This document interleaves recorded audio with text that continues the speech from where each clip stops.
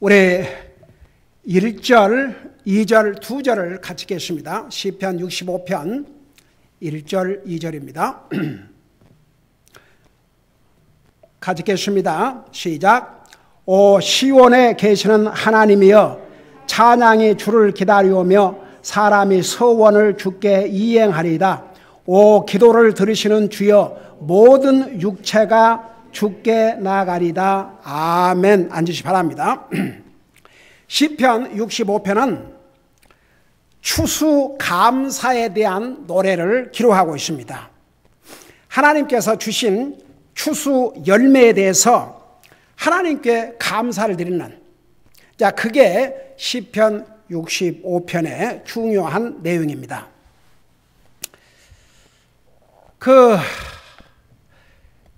시편의 많은 부분을 다윗을 통해서 기록을 하셨는데, 그 다윗을 통해서 기록하신 그 내용들을 보면 항상 하나님을 찾고 하나님을 노래하고 하나님께 감사하고 그런 내용들이 수없이 나와 있습니다.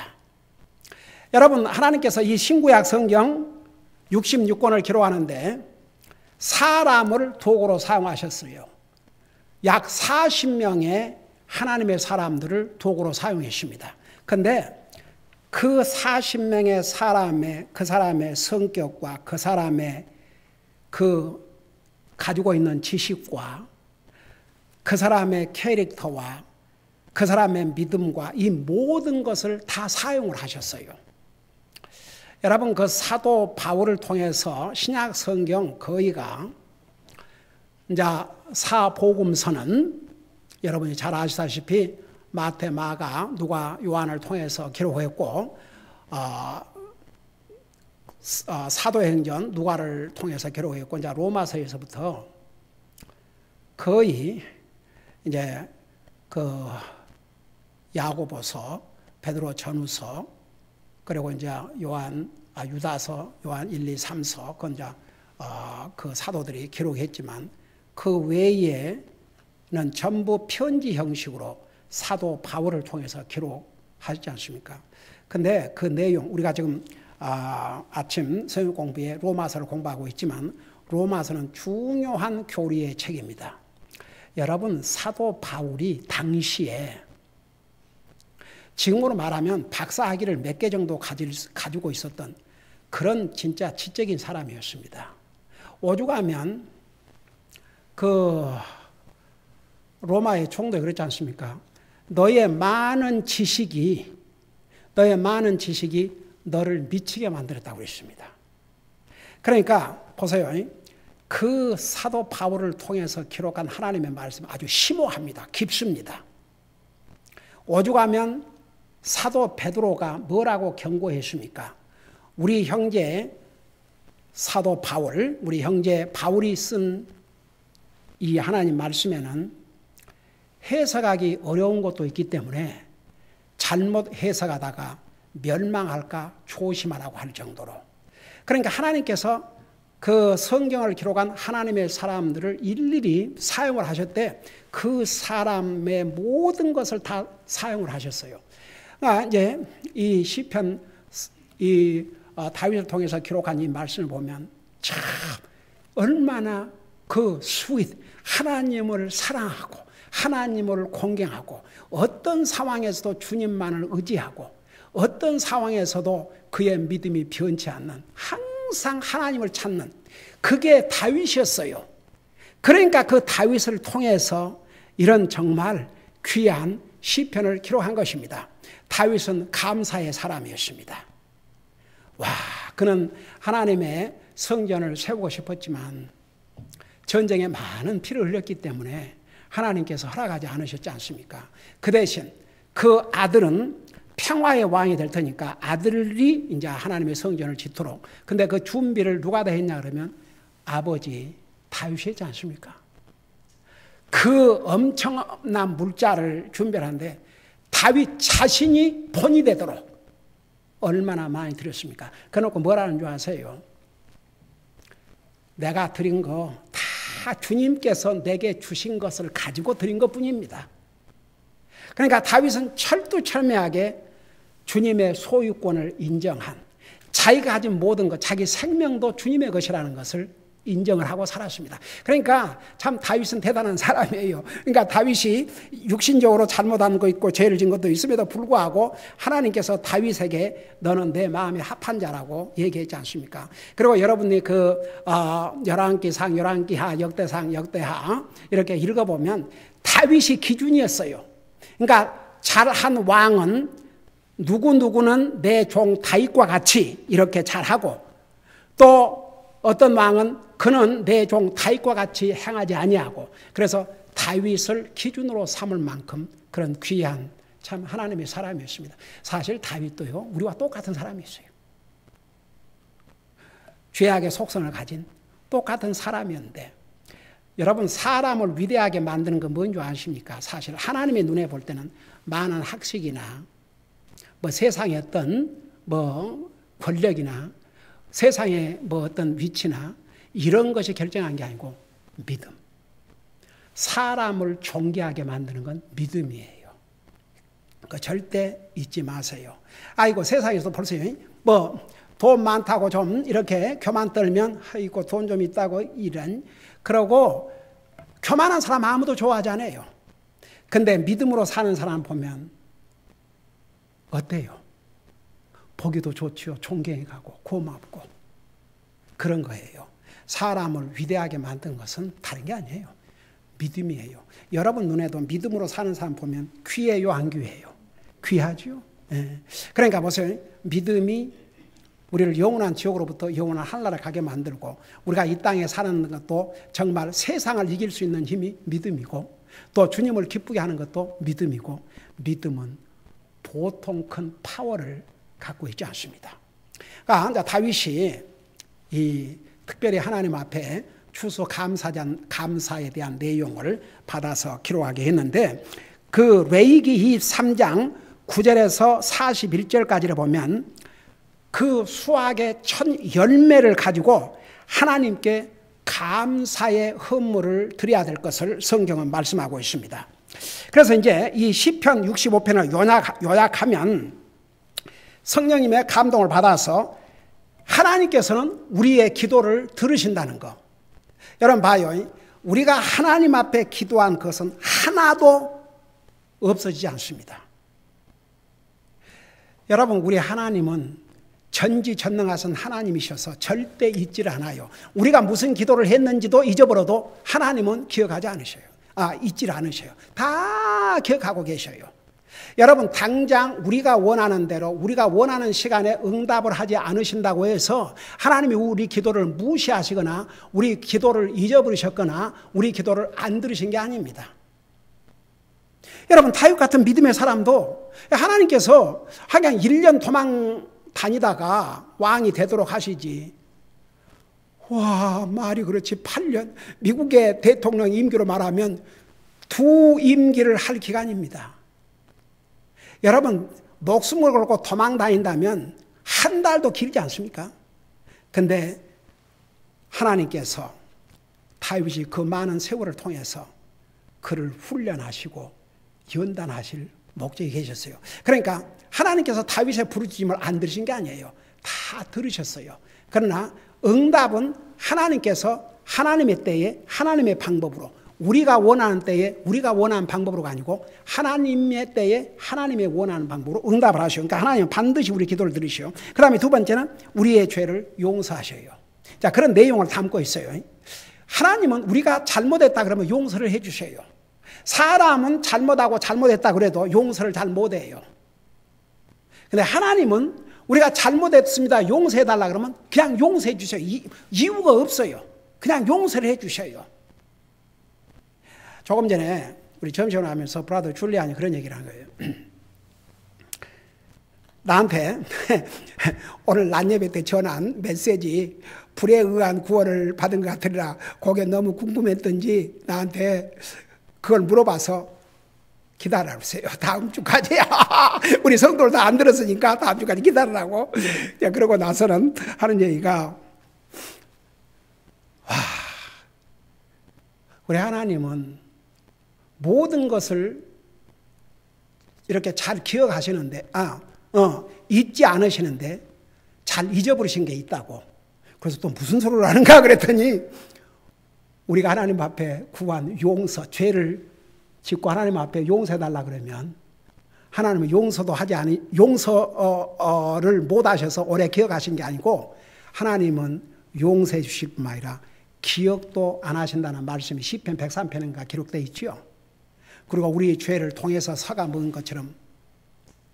그러니까 보세요. 사람은 반대로 살아요. 어떤 사람이 내게 잘못을 했으면 용서를 빌어도 그걸 잊지 못하고 기억을 오랫동안 하고 살아요.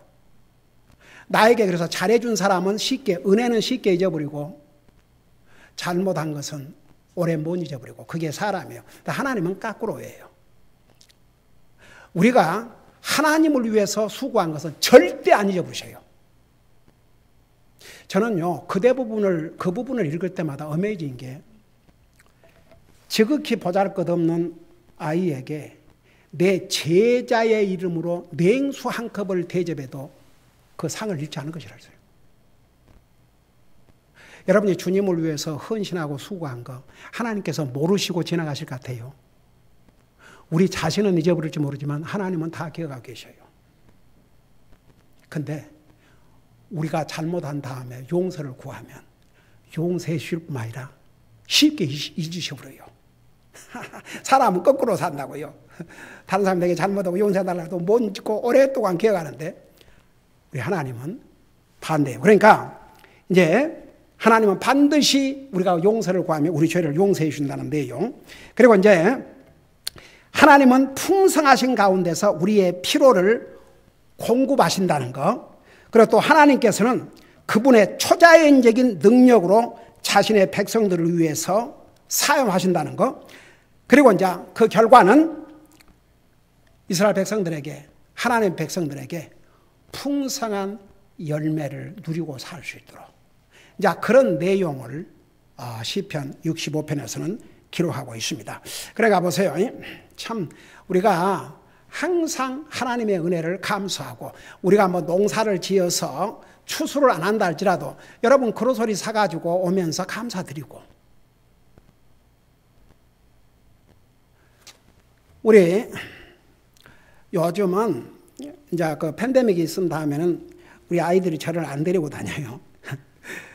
전에는 그 장을 보러 갈 때도 아빠도 같이 가요 그러고 맨날 데리고 다녔는데 그 팬데믹 그때부터는 할 수만 있으면 나를 사람들이 많이 모이는 곳에 노출을 안 시키려고 그냥 두 딸들이 갔다 오든지 아니면 집사람이 갔다 오든지.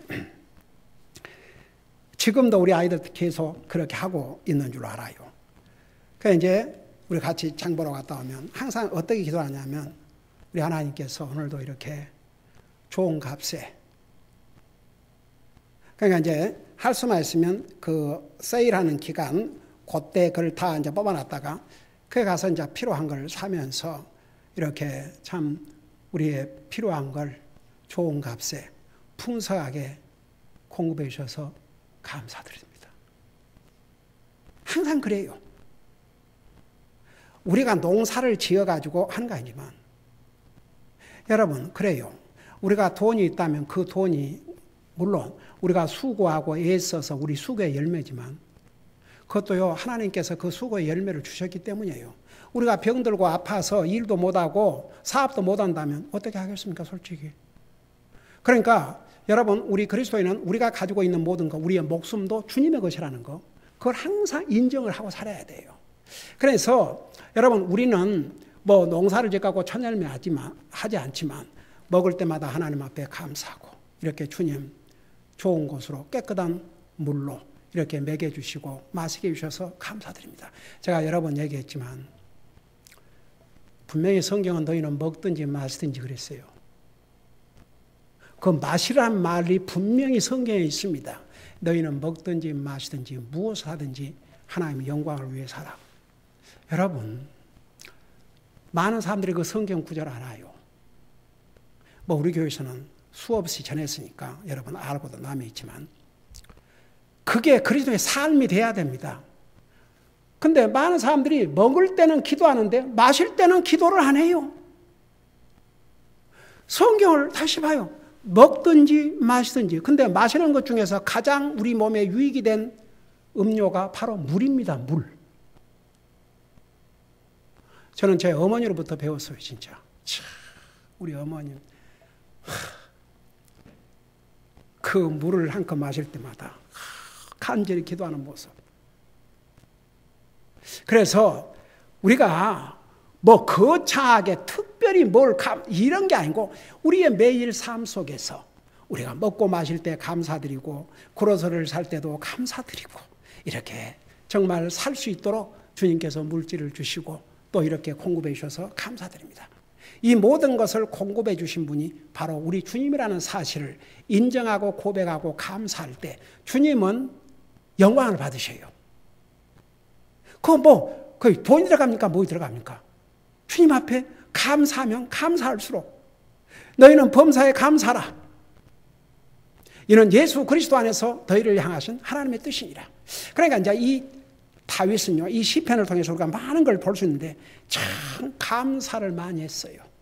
주님께 감사라, 주님께 감사라, 주님께 감사라, 주님께 감사라, 주님께 감사라. 그래서 우리가 항상 감사하고 산다는 게 얼마나 좋은지 몰라요.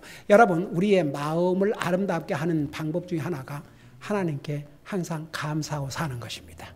그러면 우리의 마음이 아름다워져요. 그러니까 하나님께서는 다윗의 그 마음을 사랑하셨어요. 그거 아시죠? 우리 하나님은 겉모습을 보시는 게 아니고 우리의 마음을 보신다고.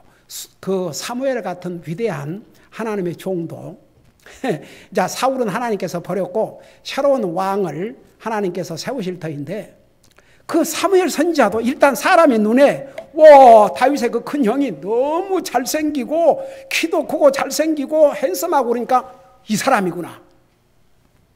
하나님께서 뭐라 했어요? 나는 이미 그를 버렸다고 그랬어요. 성경 한번 읽어봐요. 그 여러분들 읽으시면 그 대목 나올 겁니다. 하나님은 마음. 여러분이 정말 주님을 사랑하고 주님에게 감사하는 마음을 가지고 산다 그러면 우리 주님은 그 마음을 사랑하시고 기뻐하시고 그래요. 그러니까 그런 면에서 이 다윗은 참 어메이징. 그도 우리와 똑같은 죄의 속성을 가진 사람인데도 그는 정말 보통 사람은 겪을 수 없는 목숨을 걸고 도망쳐야 되는 그런 삶을 살았음에도 불구하고 때로는 굴에서 와 주여 때로는 적진에 가서 그런 고난을 당하면서도 한 번도 하나님을 향한 그의 믿음은 달라지지 않았습니다. 위대한 믿음이죠. 믿음은 우리를 강하게 만듭니다.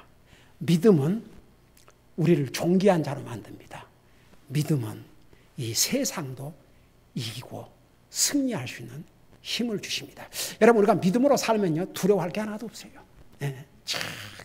우리는 이런 좋은 하나님을 믿고 산다는 게 얼마나 큰 복입니까? 자, 이런 걸 생각하시면서 우리 1절부터 공부하도록 하겠습니다. 여기 보니까 악장에게 준 다윗의 시와 노래, 그러니까 시적으로 기록한 하나님의 말씀이에요. 그러면서 여기 보니까 오 시온에 계시는 하나님이시여. 자, 보세요. 자, 이 시온에 대해서 잠깐 설명할게요. 여러분, 하나님은 계시 않는 곳이 없습니다. 여러분, 우리 하나님께서 지금 이 가운데 계셔요, 안 계셔요? 성경에 분명히 마태복음에 뭐라 했어요? 교회를 의미해서 두세 사람이 모인 곳에 내가 함께 하신다는 게 교회를 의미했습니다. 이 가운데 계셔요. 네. 하나님이 안 계신 곳이 없어요. 우리가 하나님을 육신의 눈으로 못 보는 것이 하나님은 안 계신 곳이 없어요. 그래서 왜 하나님은 하나님이시냐? 그 하나님 모든 것을 아시고 모든 것을 하실 수 있고 동시에 계시지 않는 곳이 없는 omnipresence. 그런가? 그래서 우리 하나님은 계시지 않는 곳이 없어요. 근데 특별히 여기서 오 시온에 계시는 하나님이여 이렇게 성경이 말씀하고 있는데 이게 무슨 의미인가? 우선 시온은 예루살렘에 주신 도시의 이름인과 동시에, 그러니까 실제로 이스라엘 나라 시온, 나중에 다윗 시대는 시온 산이라고 표현했어요. 마운트 자이언. 그래서 실제로 이스라엘 예루살렘에 주신 도시의 이름이면서 동시에 많은 영적인 의미를 가지고 있습니다. 특별히 시온은 하나님을 예배하는 특별한 장소로 불려졌고, 조금 전에도 얘기했듯이 다윗 왕 때는 시온 산으로 그렇게 불려졌습니다. 다윗은 하나님의 법궤를 두기 위해 이곳에 텐트를, 이 바로 시온 산에 텐트를 세웠습니다. 여러분, 다윗 시대까지만 해도 하나님의 성전이 없었습니다. 하나님의 법궤를 두는 텐트, 하나님의 법궤를 어디다 모셨냐 그러면 텐트에다 모셨습니다. 근데 이 하나님의 법궤를 모시기 위해서 세우신 텐트를 세웠는데 어디에다 세웠냐 그러면 바로 여기에다가. 여러분 잠깐 역대상 15장 1절을 보시기 바랍니다. 구약 성경 역대상 15장 1절.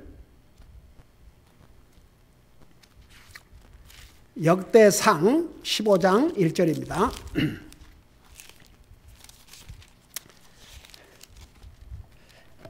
페이지 수로는 665페이지입니다.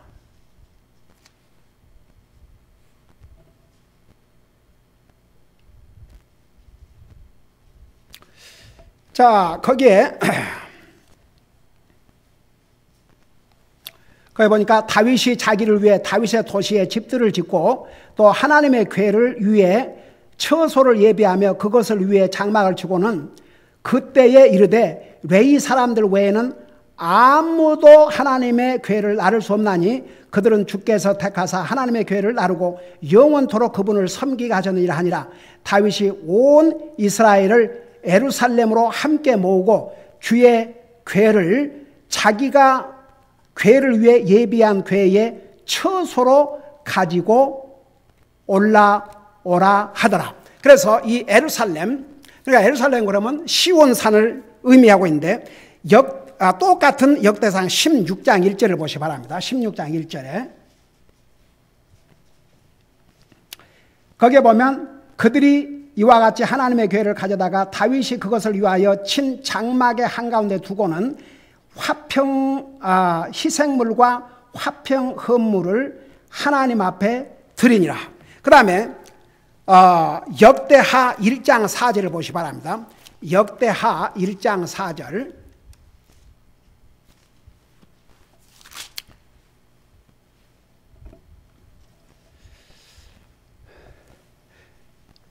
거기 보니까 1장 4절에 보니까 그러나 다윗이 하나님의 궤를 위하여 전에 예루살렘에 장막을 쳤으므로 다윗이 그 궤를 이미 기랏 야림에서부터 그 궤를 자기가 그 궤를 위하여 예비한 장소로 올라왔더라. 그 다음에 이제 이 시온산을 위대한 왕의 도시라고 그렇게 표현하고 있는데, 여러분 시편 48편 2절을 보시기 바랍니다. 시편 48편 2절.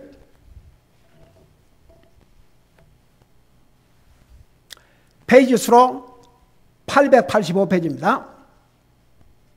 거기 보니까 시온산은 아름답게 위치하여 온 땅의 기쁨이 되나니 곧 북쪽의 연면에 있는 위대한 왕의 도시로다. 자 보세요.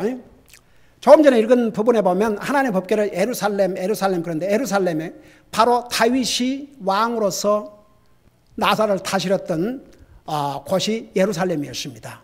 근데 여기에 시온산을 아름답게 위치하여 온 땅의 기쁨이 드나니 곧 북쪽의 연면에 있는 위대한 왕의 도시로다. 근데 이제 실제로 다윗이 이 예루살렘으로부터 통치를 했는데 여기에 위대한 왕은 누구까지를 말씀하고 있냐면 앞으로 왕들 중에 왕으로 이 땅에 오실 예수님까지를 여기서 예언하고 있습니다. 여러분 잠깐 요한계시록 14장 1절을 보시기 바랍니다. 여러분 우리 예수님께서 이 땅에 다시 오실 때 어디로 오셔요? 바로 이 시온산으로 오십니다. 요한계시록 14장을 보세요. 요한계시록 14장.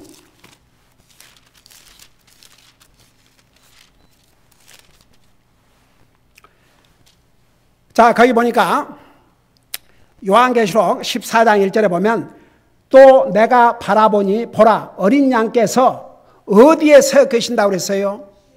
시온 산 위에 서 계시고 그분과 함께 14만 4천이 서 있는데 그들의 이마 안에는 그분의 아버지의 이름이 기록되어 있더라. 자, 보세요. 우리 예수님이 나와 여러분의 죄값으로 십자가에 죽으시고 부활을 하셨지 않습니까?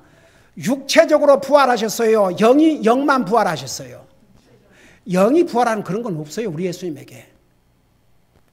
육체에 부활하신 것입니다. 자, 그런데 예수님께서 육체의 부활을 가지고 며칠 동안 이 세상에 계셨어요?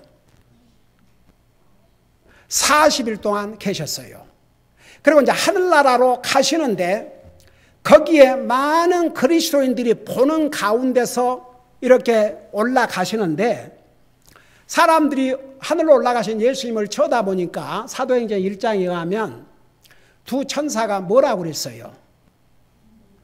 왜 하늘을 쳐다보고 있냐? 너희가 본 이 예수님은 어떻게 오신다고 그랬어요? 너희가 본 그대로 다시 오신다고 그랬어요. 그러니까 우리 예수님께서 이 땅에 다시 오실 때는 부활의 예수님 그 모습으로 이 땅에 다시 오셔요. 근데 어디로 오시느냐? 바로 시온 산으로. 그렇게 해서 성경에 그토록 말씀하고 있는 천년 왕국을 이제 세우시는 거죠. 요한계시록에 있는 말씀대로. 그리고 이제 천년 왕국이, 그래서 제가 옛날에 자세히 설명했죠. 이 천년 왕국에는 누구만 들어가냐 그러면 창세 이후로 구원받은 모든 하나님의 사람들. 여러분, 우리 구원받은 하나님의 사람들은 언제 육체의 부활을 해요? 공중 재림하실 때, 주님이 공중 재림하실 때 구원받은 모든 사람들이 육체로 부활하셔요. 그 다음에 우리 요한계시록의 그 타임 스케줄에 의하면 몇 년 후에 지상 재림하셔요. 우리 예수님이. 7년, 3년 반, 3년 반. 그래서 7년 후에, 그러니까 공중 재림은 언제 일어날지 몰라요. 아무도 몰라요. 오늘 밤에 일어날지 10년 후에 일어날지 아무도 몰라요. 그러나 이제 공중 재림이 일어나고 난 다음에 지상 재림은 성경에서 분명히 말씀하고 있습니다.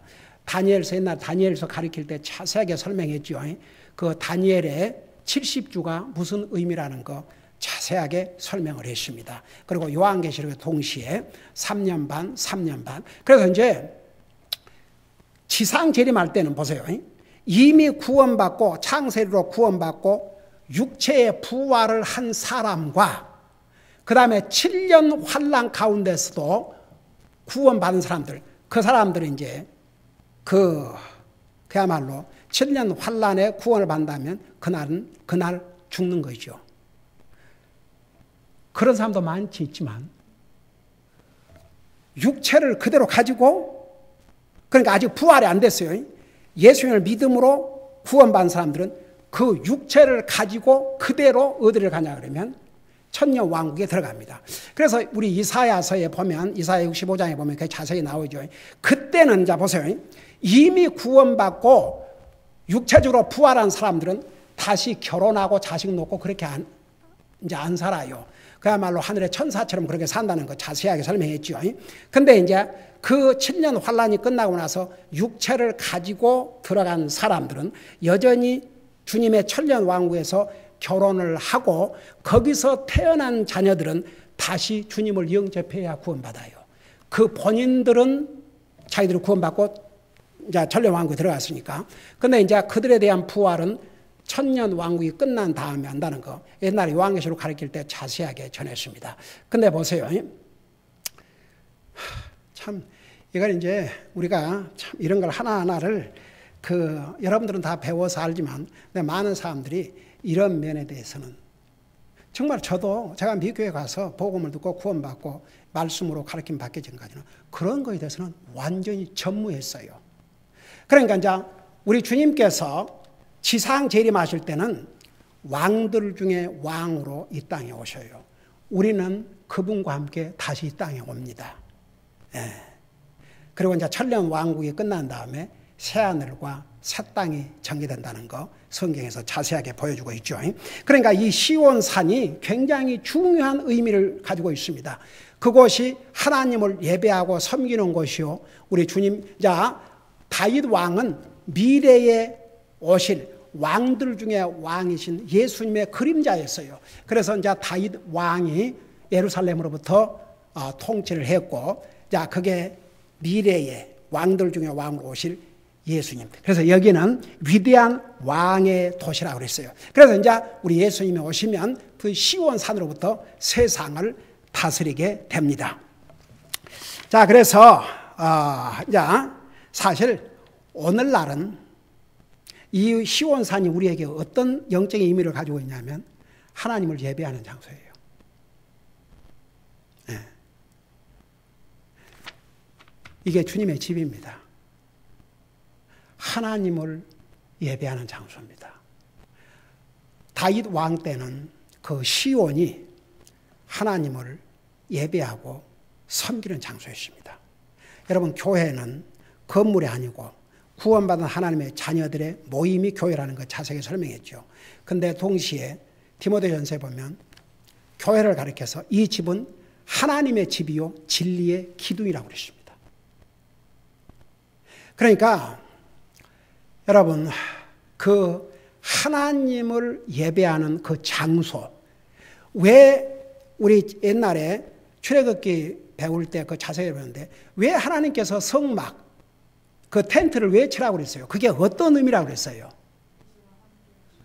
하나님의 임재하심, 하나님께서 하나님의 백성들과 함께 하신다는 그것을 나타내기 위해서 그 성막을 짓게 하셨고 그 성막에 구름으로 임하셨다고 그랬어요. 그러니까 우리가 참 이렇게 하나님의 집에 모여서 하나님을 예배하고 섬긴다는 게 그게 믿는 사람들에게 얼마나 큰 복인지 몰라요. 우리는 항상 우리의 삶을 통해서 하나님을 예배하고 섬기는 삶을 살아야 돼요. 가정에서 가정 예배를 드리고 그 다음에 개인적으로 퍼스널 디보션, 하나님과 나와 단둘이 기도하고 말씀 읽고 그러면서 또 우리가 모든 성도들이 모여서 공개적인 퍼블릭 월십 서비스. 그래서 여러분, 이 성경에 보면 특별히 유다 남쪽에 하나님을 두려움으로 섬기는 왕들은요, 백성들을 하나님을 예배하고 섬길 수 있도록 그렇게 가이드를 했습니다. 강력한 리더십을 발휘했습니다. 그러나 여러분, 악한 왕이 딱 나오면 하나님 예배하는 것을 제일 먼저 스탑하고 바알, 우상을 섬기고 그러다 결국은 남쪽 유다도 북쪽 이스라엘도 망하고 말하지 않습니까?